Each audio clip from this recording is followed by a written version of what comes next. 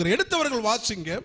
அது 1 கொரிந்தியருக்கு எழுதின நிருபம் 10வது அதிகாரம் 20வது வசனம். அஞ்ஞானிகள் பலியிடுகிறவைகள் தேவனுக்கு அல்ல, பேய்களுக்கே பலியிடுகிறார்கள் என்று சொல்லுகிறேன். நீங்கள் பேய்களோடு ஐக்கியமாய் இருப்பதற்கு தேவனுக்கு என்ன இல்லை? மனதில்லை. அல்லேலூயா. வேதத்தில் எழுதப்பட்டிருக்கிற ஒவ்வொரு வார்த்தையிலும் ஒரு நீங்கள் அளந்து ஆராய்ந்து பார்ப்பீர்களானால் ஒரு ஆழமான சத்தியத்தை தேவன் அங்கே வைத்திருக்கிறார். ஒவ்வொரு வசனத்திற்குள்ளாகவும் நீங்கள் வேதத்தில் தோண்டி பார்க்கும் போது பெரிய சுரங்கங்களை, நீங்கள் வைர சுரங்கங்களை, தங்க சுரங்கங்களை கண்டுபிடிக்க முடியும். ஏனென்றால் தேவனுடைய வார்த்தை எல்லாவற்றுக்கும் மேலாக சிறந்ததாக இருக்கிறது. இங்கே வேதம் சொல்லுகிறது, அஞ்ஞானிகள் பலியிடுகிறவைகள் யாருக்கா? சத்தமா சொல்லுங்க. பேய்களுக்கு. இன்னைக்கு நீங்களும் நானும் ஸ்கூல்ல படிச்சிருக்கோம். சின்ன வயசுல சொல்லி கொடுத்திருப்பாங்க. நமக்கு எதிர்ப்பதம், ஆப்போசிட் அப்படி என்று சொல்வார்கள். ஒரு பையனிடத்தில் ஒரு ஆப்போசிட் சொல்லு, எதிர்ப்பதத்தை சொல்லு என்று கேட்டால் அவன் ஆண் என்று சொன்னால் உடனே என்ன சொல்வான்? சொல்லுங்க. பெண் என்று சொல்வான். திருடன் அப்படின்னு என்ன இடத்துல சொல்வான்? போலீஸ் என்று சொல்வான். அப்படி எதிர்ப்பதத்தை நாம் அறிந்தவர்களாக இருக்கிறோம். பல எதிர்ப்பதங்கள் தேவனுடைய வார்த்தையிலே ஒளிந்திருக்கிறது. அல்லேலூயா. உதாரணத்திற்கு நான் சொல்ல வேண்டுமானால், அஞ்ஞானிகள் யாருக்கு பலியிடுகிறார்கள்? அப்ப ஞானிகள் அப்படின்னு பார்த்தா யாருக்கு பலியிடுகிறார்கள்? பிரைஸ்லால் கரங்களுக்கு நன்றி செலுத்தும். ஒரு வார்த்தை எழுதப்பட்டு இருக்கிறது, ஒரு வார்த்தை மறைக்கப்பட்டு இருக்கிறது. அல்லேலூயா. வேதத்திலே ஒரு வார்த்தை எழுதப்பட்டு இருக்கிறது, உள்ளே ஒரு வார்த்தை என்ன செய்யப்பட்டிருக்கிறது? மறைக்கப்பட்டு இருக்கிறது. எழுதப்பட்ட வார்த்தை அஞ்ஞானிகள் பேய்களுக்கு பலியிடுகிறார்கள், மறைக்கப்பட்ட வார்த்தையோ ஞானிகள் தேவனுக்கு பலியிடுகிறார்கள். ஹல்லேலூயா, ஹல்லேலூயா. ஆனால் தேவன் இந்த இடத்திலே ஒன்றை மறைத்து ஒன்றை ஏன் வெளிப்படுத்தியிருக்கிறார் என்றால், நீங்களும் நானும் அஞ்ஞானிகளாய் மாறிவிடக் கூடாது என்பது ஒரு நோக்கத்திற்காக. ஹல்லேலூயா. என்னைக்கு நாம் அஞ்ஞானத்தை விட்டு வெளியே வருகிறோமோ, நாம் உண்மையிலே என்ன செய்கிறோம்? ஞானிகளாக மாறுகிறோம். எப்பொழுது பேய்களை விட்டு நாம் வெளியே வருகிறோமோ, தேவனுக்கு பலியிடுகிறவர்களாய் தேவன் நம்மை மாற்றுகிறவராய் இருக்கிறார். உலகத்துல சொல்லுவாங்க, ஆற்றுல ஒரு கால், இன்னொன்னு என்ன? சேற்றுல ஒரு கால். இங்க பாத்தீங்கன்னா ஒண்ணு இந்த பக்கம் இருக்கணும், இல்லைன்னா அந்த பக்கம் இருக்கணும். ரெண்டுக்கும் நடுவில் என்ன செய்ய முடியாது. ஒரு கால் ஆத்துலயும் ஒரு கால் சேத்துல வச்சா என்ன செய்யும்? முழுகி போயிடும். வேதத்துல ஒன்று நீங்களும் நானும் பேய்க்குரியவர்களா இருக்கணும், இல்லைன்னா நீங்களும் நானும் அடுத்தது யாருக்குரியவர்களா இருக்கணும்? இல்ல நான் ஒரு சைடு கொஞ்ச நாள் காலையில மத்தியானம் காலை 12 மணி வரைக்கும் பேயோட இருப்பேன், 12 மணிக்கு மேல தேவனோடு இருப்பேன்னு சொல்ல முடியுமா? சொல்ல முடியாது. சபைக்கு வரும்போது நான் ஆராதனையில நான் ஆண்டவரோடு இருப்பேன், வீட்டுக்கு போனவனே நான் யாரோட இருப்பேன்? பேயோடு இருப்பேன். எல்லாரும் இன்னைக்கு வாழ்க்கையில, கிறிஸ்துடைய வாழ்க்கையில ஆராய்ந்து பார்த்தா இப்படிதான். வேலைக்கு போகும்போது பேயோடு இருக்கிறது, சபைக்கு வந்தா தேவனோடு இருக்கு. டபுள் லைஃப், இரட்ட வாழ்க்கை. கர்த்தருடைய பிள்ளைகளே, இன்னைக்கு தேவனை நாம் சந்திக்க முடியாமல் போவதற்கு ஒரு பெரிய காரணம் என்னன்னா, இரட்ட வாழ்க்கை, டபுள் ஸ்டாண்டர்ட் லைஃப். நம்முடைய வாழ்க்கையில ஆண்டவராகிய தேவன் 10 வருடத்திற்கு முன்னாடி என்னோடு ஒரு நாள் காலையில பேசினார். அந்த மகனே, உன்னை நான் வேற வித்தியாசமாய் உபயோகப்படுத்த விரும்புகிறேன். என்ன ஆண்டவரே?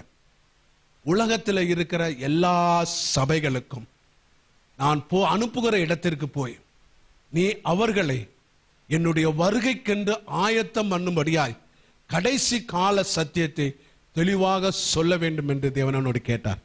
நான் சொன்னேன், ஏஸ் ஆண்டவரே. அதற்கு முன்பாக என்னுடைய மீட்டிங்கில் நாங்கள் ஆர்கனைஸ் பண்ணா 50,000க்கு மேல குறைவா இருந்தா போறது கிடையாது. பெரிய கூட்டத்தை தான் எதிர்பார்ப்போம். அப்படி நாங்கள் ஆர்கனைஸ் பண்ணோம். ஆனா ஆண்டவராகிய தேவன் ஒரு நாள் சொன்னாரு, இனி எனக்கு உனக்கு இந்த ஊழியம் கிடையவே கிடையாது, இனி உனக்கு ஊழியம் சபைகளுக்கு நடுவே.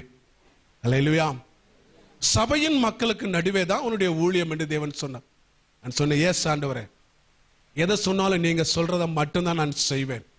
ஆண்டவர் சொன்னாரு, பல இடத்துல 5 பேர் இருக்கிற சபைக்கு நான் உன்னை அனுப்பினால் நீ போய் நீ 50,000 பேருக்கு பிரசங்கம் பண்ற மாதிரி பண்ணி அவர்களை உற்சாகப்படுத்தி பரலோக ராஜ்ய வாழ்வுக்கு ஆயத்தம் பண்ணுவியா அப்படின்னு கேட்ட போது ஆண்டவர் சொன்னார், நான் சொன்னேன், ஆண்டவரை நீங்க சொல்றபடி நான் செய்வேன். அல்லேலூயா.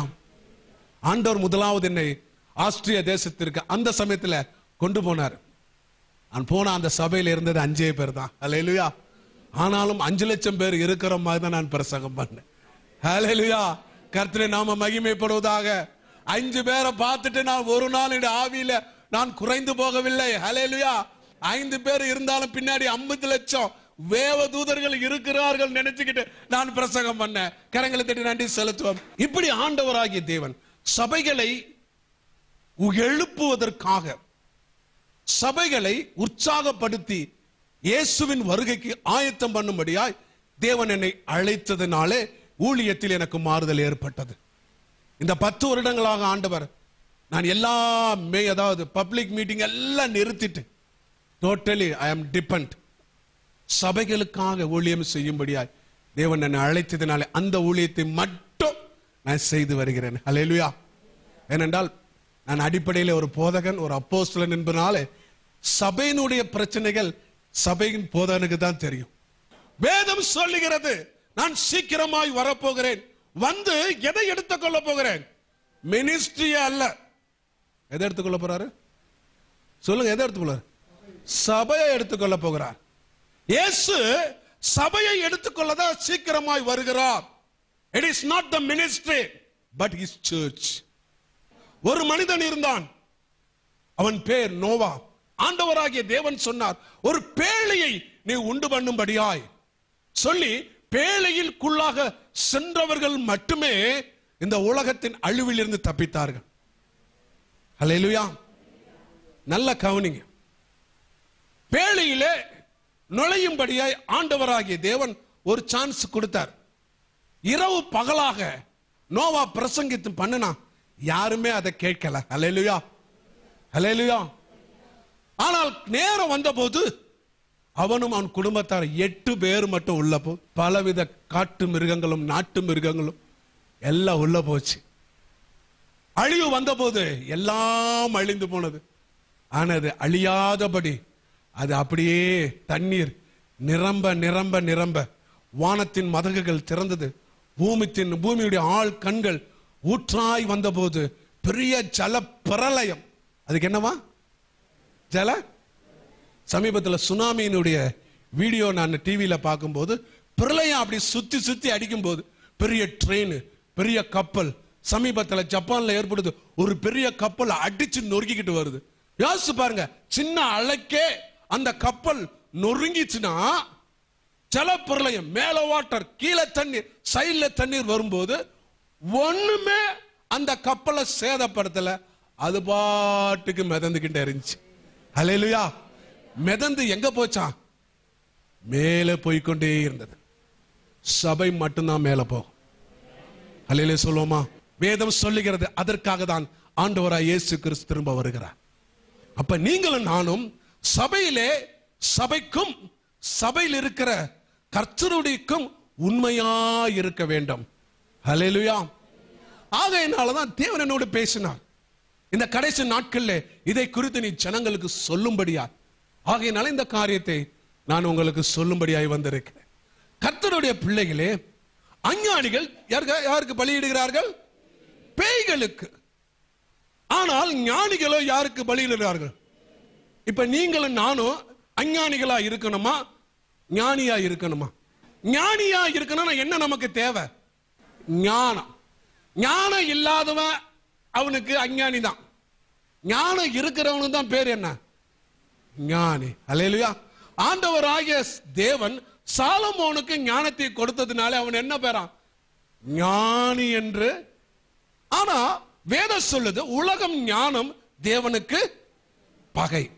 உலக ஞானத்தை பெறுகிறவன் ஞானி என்று சொல்ல முடியுமா? சொல்ல முடியாது. நல்லா கவனிங்க. உலக ஞானத்தை பெறுகிறவன் ஞானி அல்ல, தேவனுடைய அநாதி ஞானத்தை பெறுகிறவன் தான். அப்ப தேவனுடைய ஞானத்தை பெறுகிறவன் ஞானி, உலக ஞானத்தை பெறுகிறவன் அவன் ஞானி அல்ல, அஞ்ஞானி. ஆகையினால வேதம் சொல்லுகிறது உலக ஞானம் தேவனுக்கு பகை. கர்த்தருடைய பிள்ளைகளே, உங்களுக்கும் எனக்கும் உலக ஞானம் இருந்தால் பரலோகம் செல்ல முடியாது. தேவ ஞானம் நமக்குள்ளாய் நிறையப்பட்டாதான் பரலோகம் செல்ல முடியும். அல்லேலூயா. ஏனென்றால் தேவ ஞானம் நமக்குள்ளாய் வரும்போது நாம் என்ன செய்கிறோம்? தேவனுக்கு பலிகளை செலுத்துகிறவர்களாய் மாறுகிறோம். கர்த்தருடைய பிள்ளைகள், ஆண்டவராகிய தேவன் சொல்லுகிறார், உங்களையும் என்னையும் அவர் ராஜாக்களாக ஆசாரியர்களாக தேவன் மாற்றி இருக்கிறார். அல்லேலூயா. ஆசாரியன் என்ன செய்யணுமா? ஒவ்வொரு நாளும் பலி செலுத்த வேண்டும். அல்லேலூயா. அப்ப தேவனுக்கு பலி செலுத்துகிற ஆசாரிகள் ஞானிகளாக இருக்க வேண்டும் என்று வேதம் நம்மை பார்த்து எச்சரிக்கிறது. வாசிங்க சங்கீத புஸ்தகம் 135வது சங்கீதம் 15 21 வசனம், 7 வசனம் இருக்கிறது. அதை நீங்கள் வாசிக்கும்படியா அன்போடு அழைக்கிறேன். அஞ்ஞானியினுடைய விக்கிரகங்கள், நல்ல கவனிங்க, அஞ்ஞானிகள் அவருடைய விக்கிரகங்கள் எப்படி இருக்கான்? வெள்ளியும் பொன்னும் மனுஷருடைய கைவேலையுமா இருக்கிறது. அப்ப கர்த்தருடைய பிள்ளைகளை யோசித்து பாருங்க. அஞ்ஞானிகள் அந்த உலகத்துக்குரியவர்கள் எதுல பிரியமா இருக்கிறாங்க? வெள்ளி, பொன், மனுஷனுடைய கைவேலை. இந்த அஞ்ஞானிகள் அவர்களுடைய தெய்வங்கள் யாரா? பொன்னும் வெள்ளியும் மனுஷனுடைய கைவேலை. நல்லா கவனிங்க. ஆதியாகம புஸ்தகத்தில் 3ஆம் அதிகாரத்தில் 1ஆம் வசனத்தை வாசிங்க. தேவனாகிய கர்த்தர் உண்டாக்கின சகல காட்டு ஜீவன்களிலும் சர்ப்பமானது எப்படி இருந்தா? தந்திரம் உள்ளதா. ஆங்கிலத்தில் அழகாக இந்த வார்த்தை டிரான்ஸ்லேட் செய்யப்பட்டு இருக்கிறது. இங்க என்ன சொல்லு ஆங்கிலத்தில்? the more craftiness. தமிழ்ல தந்திரம் அப்படின்னு இருக்கு, ஆங்கிலத்தில் மிகவும் தந்திரம் உள்ளவன். the more craftiness. தந்திரம் என்ன போட்டிருக்குன்னா, அவன் ஒரு தந்திரத்தை செய்கிறவன் மட்டுமல்ல, ஒரு தந்திரத்தை தேவனுடைய ஜனங்களை அழிக்கும்படியாக உருவாக்குகிறவன், கிராஃப்ட் பண்ணுகிறான். கையினாலே என்ன செய்றான்? உண்டாக்குகிறவன். ஆதாமை ஏவாளையும் தேவனிடத்தில் இருந்து பிரிக்கும்படியாய், ஆதாமையை ஏவாளையும் தேவனுடைய இமேஜ், தேவன உருவாக்கப்பட்ட அந்த தெய்வீக தன்மையிலிருந்து விளக்கும்படியாய் அவன் ஒரு தந்திரத்தை என்ன செய்தானாம்? உருவாக்கினான். கர்த்தருடைய பிள்ளைகளே, இதே மாதிரி அஞ்ஞானிகள் என்ன செய்வார்களாம்? தந்திரங்களினாலே உருவாக்கப்படுகிறவர்களாய் காணப்படுவார்கள். அல்லேலூயா. எதுக்கு? தேவனிடத்திலிருந்து விலகும்படியாய், தேவனை விட்டு போகும்படியாய், எப்படியாவது அதை உருவாக்கி தேவனுடைய மனிதர்களை தேவனிடத்திலிருந்து பிரிய செய்வதுதான் அவருடைய திட்டமாய் இருக்கிறது. அல்லேலூயா. அல்லேலூயா. நான் சொல்ற எத்தனை பேருக்கு புரிஞ்சிருக்கு? கரங்களை உயர்த்தி பார்க்கலாம். இது கொஞ்சம் கஷ்டம், ஆனா ஆண்டவர் சொன்னதுனால நான் உங்களுக்கு சொல்லிக் கொண்டிருக்கேன். இது புரியுறது கொஞ்சம் கஷ்டம். வேதம் என்ன சொல்லுகிறது? இந்த தந்திரக்காரன், தந்திரமாக செய்கிறவன், கைவேலை செய்கிறவன், இந்த உலகத்துக்குரிய ஞானி இதைகளே அடிமைப்பட்டு போகிறான். ஆனா நீங்களும் நானோ அதிலே அடிமைப்பட்டு போகக்கூடாது என்பதை தேவன் சொல்லும்படியாக தான் இந்த நாளிலே இந்த காரியத்தை சொல்லுகிறார். அல்லேலூயா. வேதம் சொல்லுகிறது, இவ்வகை ஆவியை எதனாலே நீங்கள் சோதித்து அறிவீர்கள்? இது தேவனிடத்திலிருந்து வந்ததா இல்லது பிசாசினிடத்திலிருந்து வந்ததா? எதைனாலே நீங்கள் இதை அறிவீர்கள்? கனினாலே நீங்கள் என்ன செய்வீர்கள்? இவ்வகை அறிவீர்கள். நல்ல கவனிங்க. வேதம் என்ன சொல்லுகிறது? ஒரு மனிதன் உங்களிடத்தில் வருகிறான் என்றால் அவனுக்குள்ளாக இருக்கிற ஆவி எதனால் வந்தப்பட்டது? உலகத்திலிருந்து வந்ததா? பிசாசினிடத்திலிருந்து வந்ததா? தேவனிடத்திலிருந்து வந்ததா என்பதை ஊழியக்காரர்களும் விசுவாசிகளுமான நீங்கள் ஒரு காரியத்தை என்ன செய்ய வேண்டுமா? அறிந்து கொள்ள வேண்டும். அப்படி அறியும் போது எதை நீங்கள் அறிந்து கொள்ள வேண்டும்? இப்ப என்ன செய்வீங்க? ஒரு 500 ரூபாய் நோட்டு அன்னைக்கு நான் கொண்டு போய் கடையில் கொடுக்கும் போது அந்த சூப்பர் மார்க்கெட்ல உடனே 500 ரூபாய் இப்படி தடவி பார்த்துச்சு. அல்லேலூயா. என்ன தடவி பார்த்துட்டு கீழே ஒரு ப்ளூ கலர் லைட் இருந்துச்சு, அது கீழே வச்சு செக் பண்றாங்க. இப்ப இந்த 500 ரூபாய் நோட்டை செக் பண்றதுக்கு ஒரு மிஷின் கவர்மெண்ட் கொடுத்திருக்கலாம். அல்லேலூயா. அதை பார்த்துட்டு இந்த அதுல உள்ள பார்த்தாதான் இது நல்ல நோட்டா கள்ள நோட்டான்னு தெரியும். அதே மாதிரி ஒரு மனிதனுக்குள்ளாக இருக்கிற ஆவி நல்ல ஆவியா கள்ள ஆவியான்னு கண்டுபிடிக்கிறதுக்கு ஆண்டவர் உங்களுக்கும் எனக்கும் ஒரு மிஷின் கொடுத்திருக்கிறாரு. அந்த மிஷின் என்னவா? கனினாலே அவனை என்ன செய்யுமா? இல்ல சொல்லுங்க. ஆனா இன்னைக்கு நீங்களும் நானும் பரிதாபிக்க கூடிய நிலையில சொல்லுகிறேன், ஒரு மனிதனுடைய ஆவியை கனியினாலே இன்னைக்கு இருக்கிற உலகத்தில் இருக்கிற இந்தியாவில் இருக்கிற தமிழ்நாட்டில் இருக்கிற ஜனங்கள் ஒரு நாள் அறியறதில்லை. ஒரு மனிதனுக்குள்ளாக இருக்கிற வரத்தினாலதான் அந்த ஆவியை அறிகிறவர்களாக இருக்கும். இது பரிதபிக்க கூடியது. அல்லேலூயா. என்னவா? வரத்தினாலே ஒரு மனிதனை நீங்கள் அறிந்து கொள்ள முடியாது. வேதம் சொல்லுகிறது ஒரு மனிதனுக்குள்ளாக இருக்கிற ஆவியை நீங்களும் நானும் அறியணும். எப்படி அறியணும்? கனியினாலே அறியணும். ஏன்னா வேதம் சொல்லுகிறது the gift irrevocable. தேவன் ஒரு இடத்துல வரங்களை கொடுத்தா எடுக்கிறது கிடையாது, அவன் விழுந்து போனாலும். ஆனா கனி அப்படி கிடையாது. அல்லேலூயா. அப்ப நம்முடைய வாழ்க்கையில ஒரு ஆவியை பகுத்தறிய வேண்டுமா? நமக்கு கனி உள்ள வாழ்க்கை நாம் வாழ்ந்திருக்க வேண்டும். கனியை அறிந்திருக்க நாம் தெரிந்திருக்க வேண்டும். அஞ்ஞானிகளா இருக்கிறவனுக்கு இந்த குவாலிட்டி என்ன செய்யாது? கிடையவே கிடையாது. ஆகையினால ஆண்டவராகிய தேவன் உங்களையும் என்னையும் ஞானிகளாக மாற்ற விரும்புகிறார். ஹல்லேலூயா. ஹல்லேலூயா. இவர்கள் விக்கிரகங்களையும் அதற்குரிய வெள்ளி பொன் கையினாலே செய்யப்பட்ட காரியத்தில் அவள் ரொம்ப இன்ட்ரெஸ்டா இருக்கிறாங்க. இத பார்த்தாலே நீங்க கண்டுபிடிச்சிடலாம் ஒரு மனிதனுக்குள்ள இருக்கிற ஆவி என்னன்னு. அல்லேலூயா. அல்லேலூயா. நல்லா கவனிங்க. நான் உங்களுக்கு டைரக்டா சொல்ல வேண்டியதில்லை, நீங்க எல்லாம் அறிவாளிகள். தமிழ்ல காரன் வந்து உலகத்திலேயே அதிக அறிவுள்ளவன்னு நான் பார்த்திருக்கேன். ஹல்லேலூயா. ஒரு வார்த்தை சொன்னா போதும், சின்ன கோடு போட்டா பக்கத்துல நம்ம ஆளுங்களாம் ரோடு போடுற ஆளுங்க. ஆகையினால உங்களுக்கு சின்னதா சொல்றேன், ஒரு மனிதன் வெள்ளியும் பொன்னையும் பணத்தையும் குறைத்து அதிகமாக அவன் ஆசைப்படுகிறவனாக அதை பிரசங்கிக்கிறவனாக காணப்படும் போது நீங்கள் அறிந்து கொள்ளலாம்.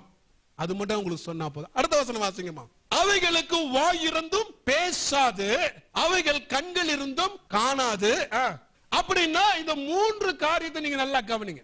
இப்பேற்பட்ட அஞ்ஞானத்தின் ஆவிகள் தேவனுடைய வசனத்தை அவைகள் என்ன செய்யாதான்? பிரசங்கமே பண்ணாது. கதை, கட்டுரை, சாட்சி இல்லாததை அப்படியே எக்ஸ்ட்ரா சொல்லி இதுதான் இருக்குமே ஒழிய ஒரு மணி நேரம் பிரசங்கம் பண்ணாலும் அதுல என்ன இருக்காது? தேவனுடைய வசனமே என்ன செய்யாது? இருக்கா. உங்களையும் என்னையும் எப்படி வைத்திருப்பார்கள் அஞ்ஞான ஆவிகள்? காது இருந்து நம்ம என்ன செய்ய முடியாது? கேட்க முடியாது. கண் இருந்து நம்ம என்ன செய்ய முடியாது? பார்க்க முடியாது. வாய் இருந்து நம்ம என்ன செய்ய முடியாது? பேச முடியாத ஒரு கல்லை போல நம்மை வைத்திருப்பார்கள். அல்லேலூயா. அடுத்த வசனத்தை வாசிங்க.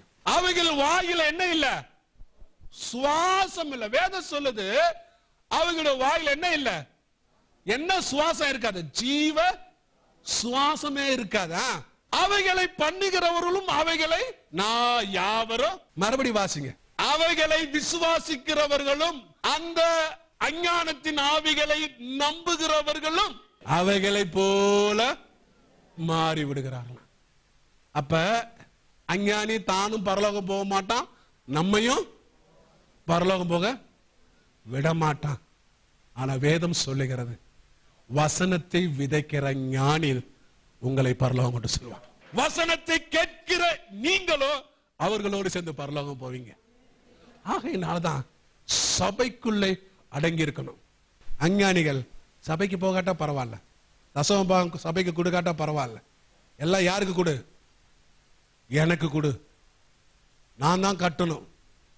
நேரா இங்க வா, படிக்கட்டு இருக்கு, ஏறி நம்ம நேர பாபேல் கோபுர வழி அங்க போயிடலாம், பரலோகம் போயிடலாம். அல்லேலூயா. ஏமாந்து போக கூடாது. ஒரு நாளும் பரலோகம் போக முடியாது. அல்லேலூயா. மேல போனாதான் தெரியும், கீழே விழுந்தா கையை கால்லாம் ஒடிஞ்சிரும். நம்முடைய நிலைமை எப்படி ஆகக்கூடாது. அல்லேலூயா. கர்த்தருடைய பிள்ளைகளை வேதம் தெளிவா எச்சரிக்கை. நாம் அஞ்ஞானிகளை போல பேய்களை பலியிடுகிறவர்களுக்கும் அவர்களுடைய ஆவிகளுக்கும் நாம் என்ன பெயரக்கூடாது, மயங்கி போயிடவே கூடாது. நான் சொன்னது எத்தனை பேருக்கு உங்களுக்கு விளங்கி இருக்கு, புரிஞ்சிருக்கு? ஆகையினால இதில் நம்ம கவனமாக இருக்க வேண்டும் என்று தேவன் சொல்லுகிறார். அங்கே பார்வோன் ஒருவனை பார்த்து சொல்லுகிறான். அந்த வசனத்தை வாசிங்க. ஆதியாகம புஸ்தகம் 41வது அதிகாரம் 33வது வசனத்தை வாசிங்க. ஆகையால் விவேகமும் ஞானமும் உள்ள ஒரு மனுஷனை தேடி, ஏன் சொல்றா, ஞானமும் விவேகம் உள்ள ஒரு மனுஷனை தேடி அவனை இந்த தேசத்தில் அதிகாரியாக வைப்பதற்கு அவன் என்ன செய்ய வேண்டுமா? அங்கே இவன் செய்யும்படியாக சொல்லப்பட்ட போது 39வது வசனம் சத்தமா வாசிங்கம்மா. பின்பு பார்வோன் யோசேப்பை நோக்கி, தேவன் இவைகளை எல்லாவற்றையும் உனக்கு வெளிப்படுத்தியிருக்கிறபடியால் உன்னை போல விவேகமும் ஞானமும் உள்ளவன் வேறொருவனும் இல்லை. அல்லேலூயா. அல்லேலூயா.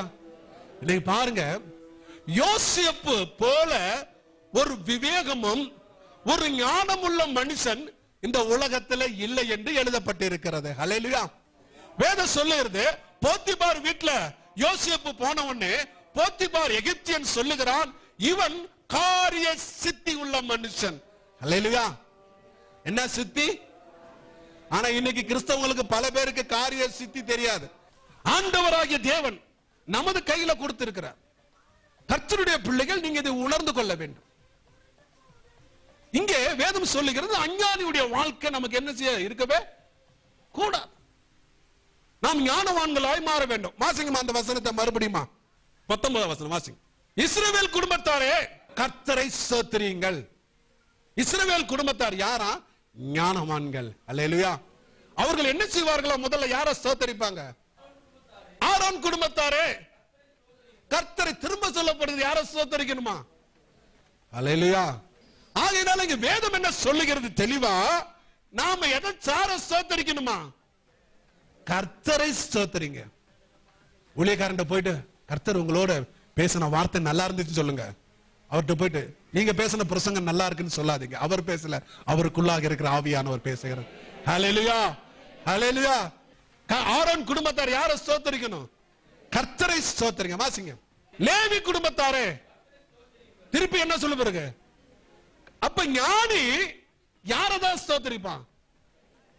அந்த பிரதர், அந்த ஐயா சொன்னாங்க, அவங்க டி ராஜேந்திர மாதிரி அடுக்குமொழியில பேசினாங்க. எப்படி பேசினாங்க? 3 பிதா குமாரன் பரிசுத்தாவி, சிவப்பு வெள்ளை பச்சை. அதே மாதிரி நான் இங்க சொல்றேன், 3 தடவை சொல்லிருக்கு கர்த்தரை ஸ்தோத்திரியுங்கள். திரும்ப என்ன சொல்லிருக்கு? கர்த்தரை ஸ்தோத்திரியுங்கள். திரும்ப என்ன சொல்லிருக்கு? கர்த்தரை ஸ்தோத்திரி. அப்ப ஞானி யாரை ஸ்தோத்தரிப்பான்? கர்த்தரை விட்டு யாரை என்ன செய்ய மாட்டான்? ஸ்தோத்தரிக்க மாட்டான். அல்லேலூயா. அப்ப ஞானிக்கும் அஞ்ஞானிக்கும் வித்தியாசம் கண்டுபிடிக்கணும்னா, அஞ்ஞானி கர்த்தரை என்ன செய்ய மாட்டான்? ஸ்தோத்தரிக்க மாட்டான். ஞானி எப்பொழுதும் அவன் வாயிலிருந்து யாரை துதிப்பாங்க? கர்த்தரை துதித்துக் கொண்டே இருப்பான். கரங்களை தட்டி தேவனுக்கு நன்றி செலுத்துவோமா? ஹல்லேலூயா. ஹல்லேலூயா. ஹல்லேலூயா. எப்பவும் கர்த்தரை தான் அவன் ஸ்தோத்திரம் பண்ணிக்கொண்டே இருப்பான். கர்த்தருடைய பிள்ளை. வாசிங்க அடுத்த வசனம். கர்த்தருக்கு பயந்தவர்களே கர்த்தருக்கு ஸ்தோத்திரிங்க. திரும்பி பாருங்க. எருசலேமில் வாசம் பண்ணுகிறவர். எருசலேம்னா எங்கங்க? சபைக்கு உள்ளே, சபைக்கு வெளியே. முதல்ல சபைக்கு வெளியே, இப்பொழுது சபைக்கு உள்ளே. வெளியே இருந்தாலும் நீ யாரதான் ஸ்தோத்தரிக்கணும்? ஹலோ, எப்படி இருக்கணும்? உள்ள வந்தாலும் யாரதான் ஸ்தோத்தரிக்கணும்? சபை முடிஞ்சு வெளியே வந்தா யார ஸ்தோத்தரிக்கணும்? திருப்பி அடுத்த வாரம் உள்ள போகும்போது யாரதான் ஸ்தோத்தரிக்கணும்? அப்ப அவரை விட்டு யாரும் என்ன செய்யக்கூடாது? யாரதான் ஸ்தோத்தரிக்கணும்? கர்த்தரை மட்டும் ஸ்தோத்தரிக்கணும். அப்பதான் நீங்கள் ஞானம், கர்த்தருடைய பார்வையில ஞானவான்கள் எனப்படுவோம். அப்பதான் நம்ம ஞானவான்கள் கர்த்தருக்கு பலியிடுகிறவர்களா இருக்கிறோம். ஸ்தோத்திர பலிகளை செலுத்துகிறவர்களா இருக்கிறோம். அல்லேலூயா. அல்லேலூயா.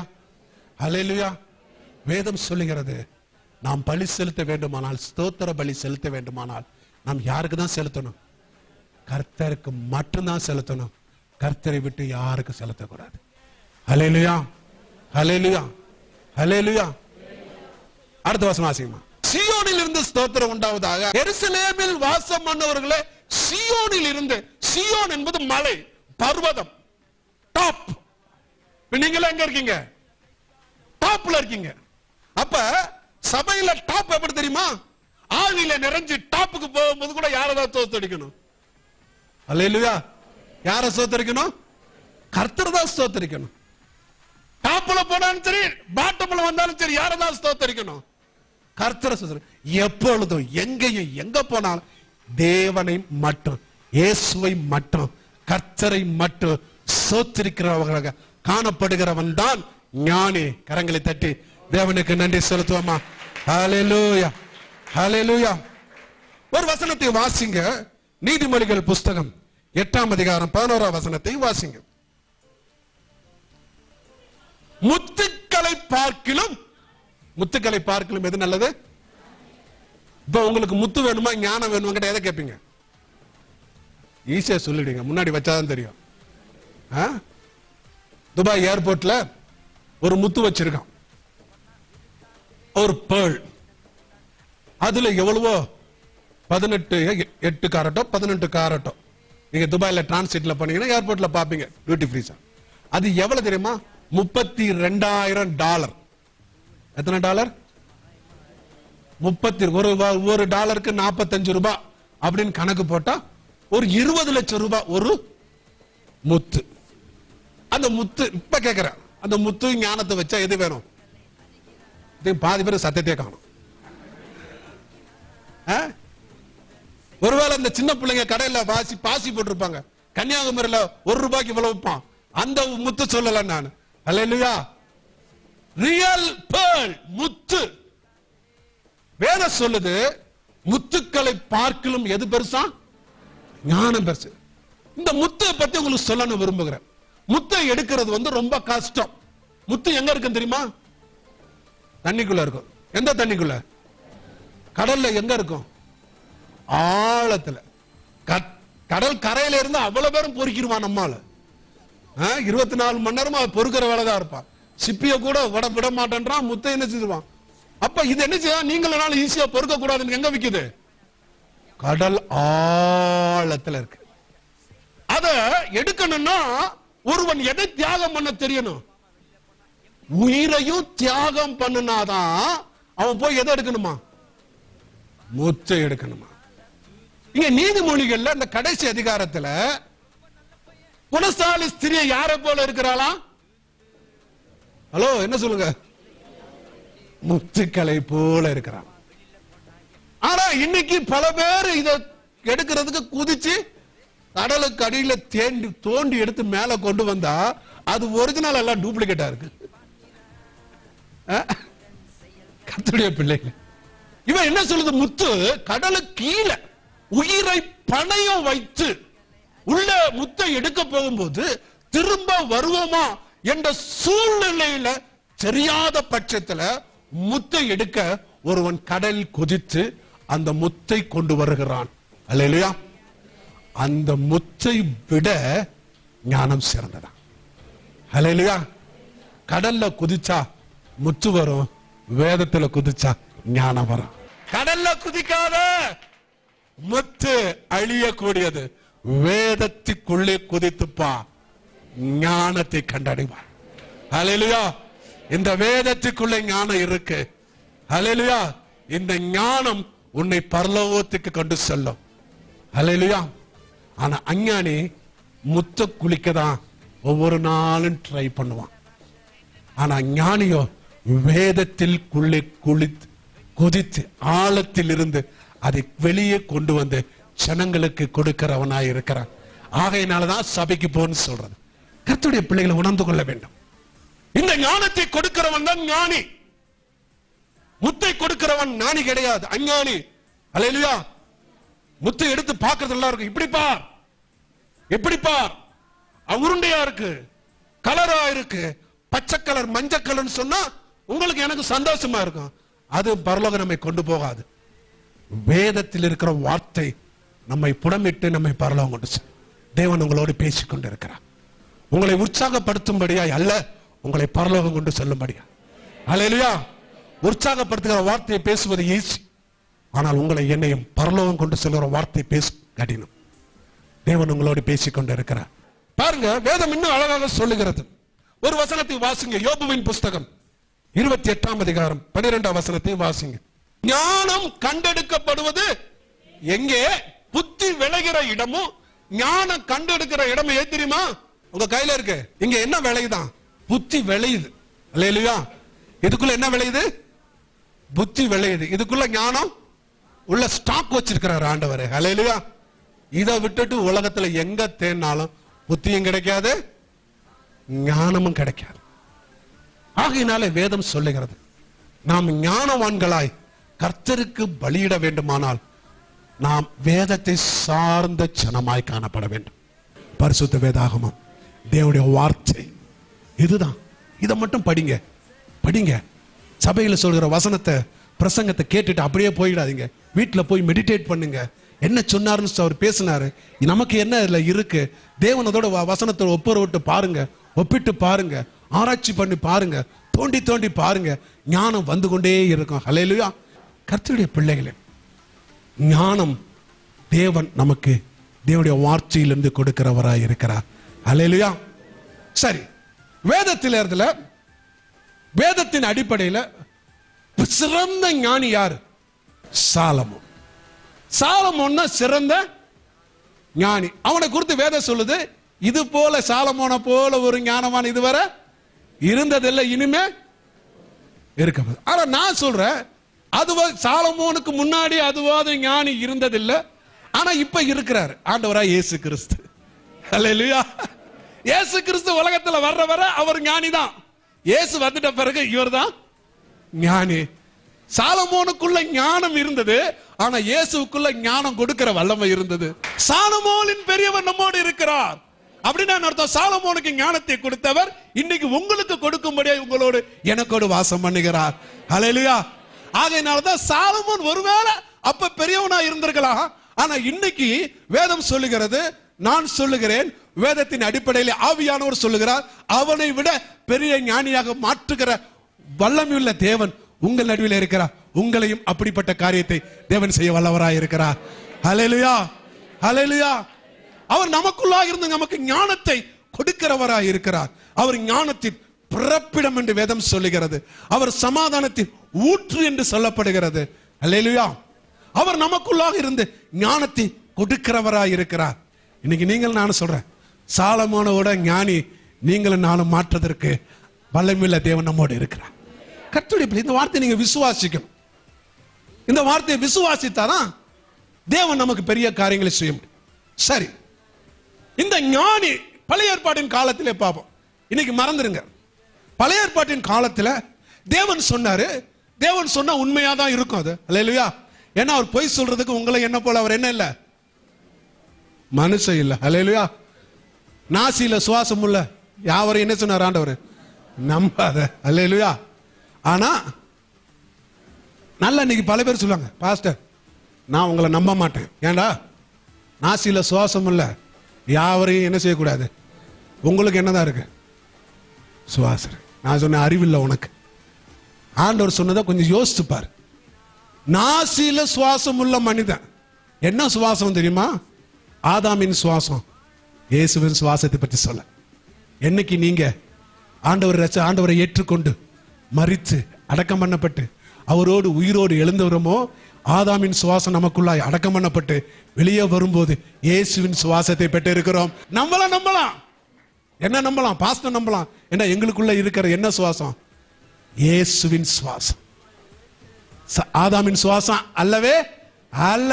அங்க சொல்லப்பட்டது நாசியில சுவாசம் உள்ளனா ஆதாமின் சுவாசம் உள்ள மனிதனை யாரை என்ன செய்யக்கூடாது? நம்ப கூடாது. அல்லேலூயா. இதை நீங்கள் உணர்ந்திருக்க வேண்டும். சரி, இந்த சாலமோன் ஒரு வசனத்திலே ஒரு காரியத்தை சொல்லுகிறார். வாசி பார்க்கலாம்.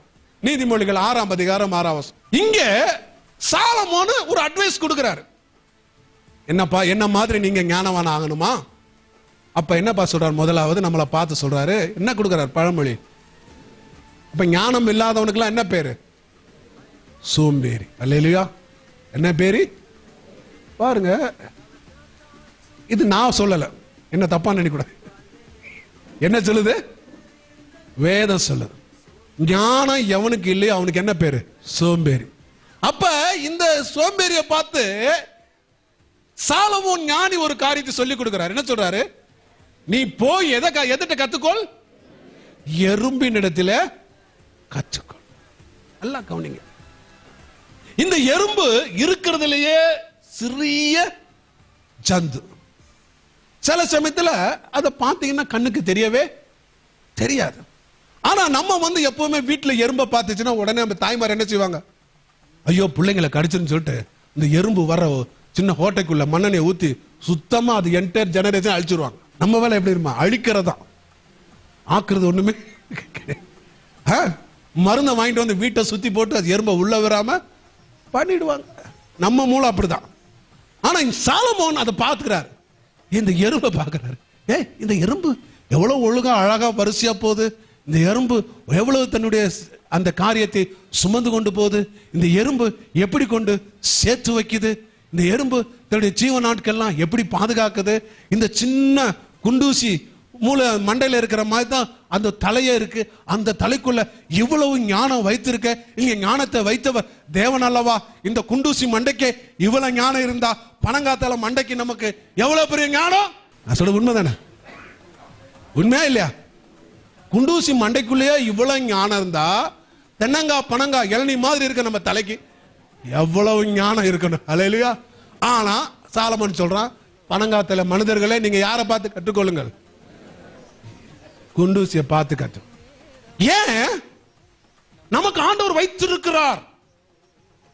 படைப்பிலே தேவன் நம்மை உருவாக்கி இருக்கிறார். ஆனா நம்ம உபயோகம் பண்றது கிடையவே கிடையாது. இங்க வேதம் அழகாக சொல்லுகிறது, நீ போய் அதை பார்த்து என்ன செய்? ஞானத்தை கற்றுக்கொள். பாருங்க, இதுதான் இன்னைக்கு ஆண்டவராகிய தேவன் நம்மிடத்துக்கு கற்றுக் கொடுக்கிறது. ஞானத்தை கற்றுக்கொள் என்று சொல்லுகிறார். அப்படின்னா என்ன அர்த்தம்? இன்னைக்கு நீ எங்க கத்துக்கிட்டாலும் பரவாயில்ல, ஞானம் வேணும்னா யாரை பார்த்து கத்துக்கொள்? எறும்பை பார்த்து கற்றுக்கொள் என்று வேதம் சொல்லுகிறது. அது பார்க்க அற்பமான ஜந்து, ஆனால் அதுக்குள்ள நேர்த்தியாக ஒரு காரியத்தை வைத்திருக்கிறார். அல்லேலூயா. ஆண்டவராகிய தேவன் சொல்ல, உங்களை பார்த்து யாராவது அற்பமானவர்களா எண்ணும் போது நீங்க கவலைப்படாதீங்க. அல்லேலூயா. உங்களை பார்த்து ஒன்றுமில்லாதவர்கள் என்று சொல்லும் போது கவலைப்படாதீங்க. உங்களுக்கு அறிவில்லைன்னு ஒருத்தவங்க சொன்னா கவலைப்படாதீங்க. உங்களுக்கு புத்தி இல்லைன்னு ஒருவங்க சொன்னா நீங்க கவலைப்படாதீங்க. அல்லேலூயா. வருத்தப்பட வேண்டிய அவசியம் இல்லை. ஏன்னா தேவ ஞானம் நமக்குள்ள இருக்கிறது. தேவ ஞானம், உலக ஞானம் அவனுங்களுக்கு புரியவே புரியாத. கரங்களை தட்டி தேவனுக்கு நன்றி செலுத்துவோம். தேவ ஞானம் உள்ளவன் முழங்கால் படிட்டு ஜெபித்தா வல்லமை உண்டாகும். உலக ஞானம் உள்ளவன் என்ன ஜெபித்தாலும் ஒண்ணு நடக்காது. அல்லேலூயா. ஜெபம் கூரையை தாண்டவே. அப்ப வேறுடைய பிள்ளைகளே, ஆண்டவராகிய தேவன் சொல்லுகிறார், ஒருவேளை இந்த உலக மனிதர்கள் நம்மை பார்த்து கிறிஸ்தவன் இவங்க பொழப்பு இல்லை, எப்ப பார்த்தாலும் கட கட கட கடன் உளறிக்கிட்டு, எப்ப பார்த்தாலும் கூட்டி ஜெபம் பண்ணிட்டு இருக்கான், இவங்களுக்கு பொழப்பு இல்லை, வேலைக்கு போக தெரியாது, அங்க போய் நம்மளை பத்தி எல்லா குறை சொல்லுவான். சொல்றவன் சொல்லிட்டு போட்டோம், நமக்கு கவலை இல்லை. எக்காலம் துணிக்கும் போதுதான் தெரியும் யாரு பரலோகம் போறாங்கன்னு. ஹல்லேலூயா, ஹல்லேலூயா, ஹல்லேலூயா. ஆண்டவர் நம்ம பத்தில உண்மை உத்தமம் உள்ளவளே வா வருஷம் வா அப்படி ஆண்டவர் கூப்பிடும். ஐயோ இந்த அம்மாவை பார்த்து ஏமாத்திட்டு. கர்த்தருடைய பிள்ளைல ஒரு சின்ன ஒரு ஸ்டோரி எனக்கு ஞாபகம் வருது. அமெரிக்கா தேசத்துல ஒரு அருமையான ஒரு பெரிய வெள்ளக்காரமா இருந்தாங்க. கர்த்தருக்கு பயப்படுகிறவர், நல்ல ஊழியம் செய்கிற ஒரு வெள்ளக்காரமா இருந்தாங்க. அவர்களுக்கு என்று யாரும் இல்லை, ஆனா பணம் பொருள் வாஸ்தி அந்தஸ்து எல்லாம் இருந்துச்சு. அந்த வீட்டுல ஒரு ஸ்ரீலங்கனுடைய லேடி, ஸ்ரீலங்காவில இருந்து ஒரு அம்மாவை, சின்ன ஒரு அம்மாவை கொண்டு வந்து வீட்டுக்கு வேலைக்கு வச்சிருந்தாங்க. அவங்க வீட்டுல இந்த ரெண்டே பேர் தான், எஜமானி அம்மாவும் வேலைக்காரி. ஒரு நாள் ரெண்டு பேரும் சர்ச்சுக்கு போவாங்க, ரெண்டு பேரும் ஆராதனை செய்வாங்க. அந்த பொண்ணு கீழே உட்காரும், அந்த அம்மா முதன்மை சேட்ல முன்னாடி உட்காருவாங்க. எல்லாரும் அவங்கள கனப்படுத்துவாங்க, நல்லா காணிக்க கொடுப்பாங்க, எல்லாரும் அவங்கள்ட்ட போவாங்க உதவிக்காக. இந்த பொண்ணு வந்து ரொம்ப அதே மாதிரி வேலைக்கார பொண்ணும் அங்க சபையில ரொம்ப இது ரொம்ப ரொம்ப என்ன சொல்லுவாங்க, ரொம்ப பக்தியா இருந்தது. ஒரு நாள் கொஞ்ச நாள் ஆனவரை ஒரு ஆக்சிடென்ட்ல இந்த வேலைக்கார பொண்ணு மரித்து போச்சு. இந்த அம்மாவுக்கு ரொம்ப கஷ்டம். ஐயோ வேலைக்காரி மறிச்சிட்டால அப்படின்னு. சரி கொஞ்ச நாள் அந்த அம்மா வேலைக்காரியும் கொஞ்ச நாள் கழிச்ச பொண்ணு இவங்களும் ஒரு நாள் வயதானி போய் இவங்களும் மறித்து விட்டாங்க. இப்ப 2 பேருமே என்ன செஞ்சிட்டாங்க? மறிச்சிட்டாங்க. மறிச்ச உடனே 2 பேருமே இந்த அம்மா நேரா பரலோகத்துக்கு போன உடனே அங்க பேதுரு நின்றுட்டு இருந்தாராம். இந்த அம்மா போய் உள்ள போகும்போது அந்த அம்மா பார்த்து சந்தோஷமா, வாம்மா பரலோகத்துக்கு உனக்கு ஆண்டவர் அனுமதி கொடுத்திருக்கிறாரு, நீ உள்ள வா அப்படின்னு. சரி உள்ள கூட்டு போன உடனே அந்த அம்மாவை கூட்டிட்டு நடந்து போனாங்களாம்.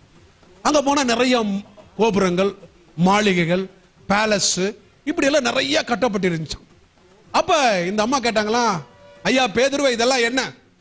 அவங்க சொன்னாங்களே, இதெல்லாம் இந்த உலகத்துல இருக்கும்போது ஜனங்க சேர்த்து வைத்த சொத்து. அல்லேலூயா. என்னவா? சொத்து.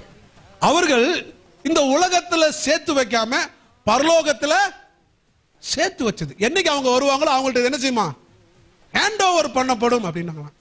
இந்த அம்மாவுக்கு ரொம்ப சந்தோஷம். ஊழியத்தின் பலனா அப்படின்னாங்க. ஆமா எல்லாமே அப்படின்னு சொல்லி காமிச்சிட்டே போனாங்களாம்.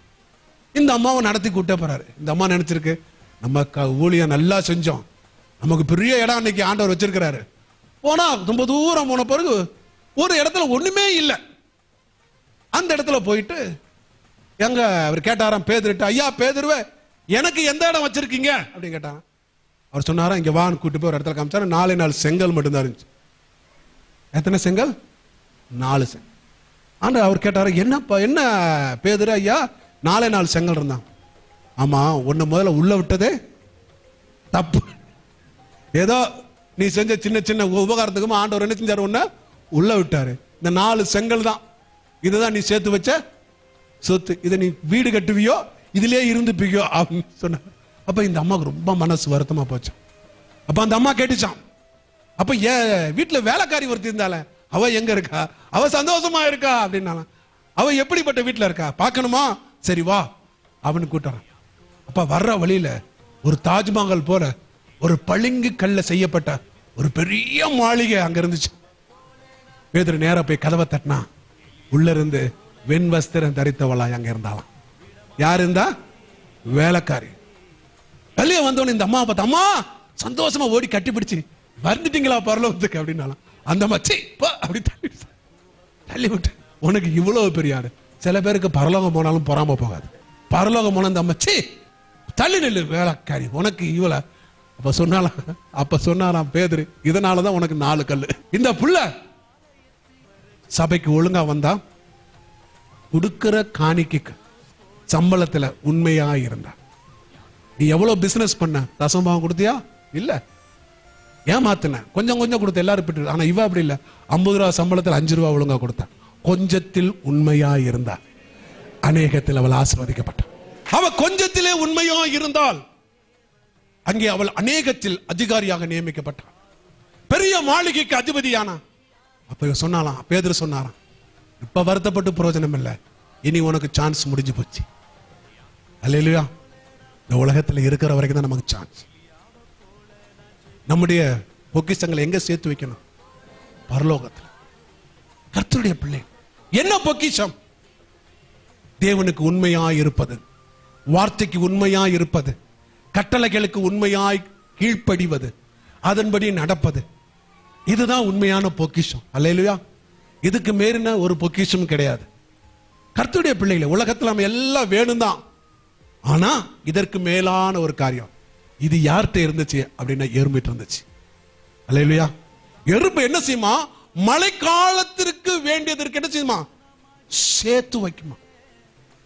வரப்போற மழை காலத்திற்கு ஆண்டவராகிய தேவன் இதை ஞானி கண்டான். எப்படி? மரித்து நாம் மரணம் அடைந்து பரலோகத்துக்கு போகும்போது வேதம் சொல்லி இருக்கிறபடி நம்முடைய பொக்கிஷங்கள் பரலோகத்தில் சேர்க்க வைக்க வேண்டிய ஞானத்தை எறும்பினிடத்தில் இருந்து மனிதனை நீ நானும் கற்றுக்கொள்ள வேண்டும் என்று சொல்லுகிறான். அல்லேலூயா. அது நாம் கற்றுக்கொள்ள வேண்டும். ஞானத்தை பெற்றுக்கொள்ள வேண்டும். ஞானம் இல்லாதவரை நம்ம கற்றுக்கொள்ள முடியாது. வேதத்தில் சொல்லப்பட்ட ஞானத்தை கர்த்தருடைய பிள்ளைகளே, நம்முடைய ஞானம் அப்படியாக இருக்க வேண்டும். இந்த உலகத்துக்குரிய வாழ்க்கைக்காக நம்ம இங்க இருக்கக்கூடாது. ஏதோ இந்த உலகத்துல வந்தோம், கல்யாணம் பண்ணோம், குழந்தை பிறந்துச்சு, திருப்பி குழந்தைக்கு கல்யாணம் பண்ணோம், பேரம்பேத்தி எடுத்தோம், திருப்பி பேரம்பேத்தி கல்யாணம் பண்ணோம், அதோட ஒரு நாள் மண்டையை போட்டோம், பினிஷ் இருக்கக்கூடாது. அல்லேலூயா. அதுக்கு அப்புறம் தான் தெரியும், எழுப்பி பார்த்தா தான் தெரியும் எங்க இருக்காங்க. அல்லேலூயா.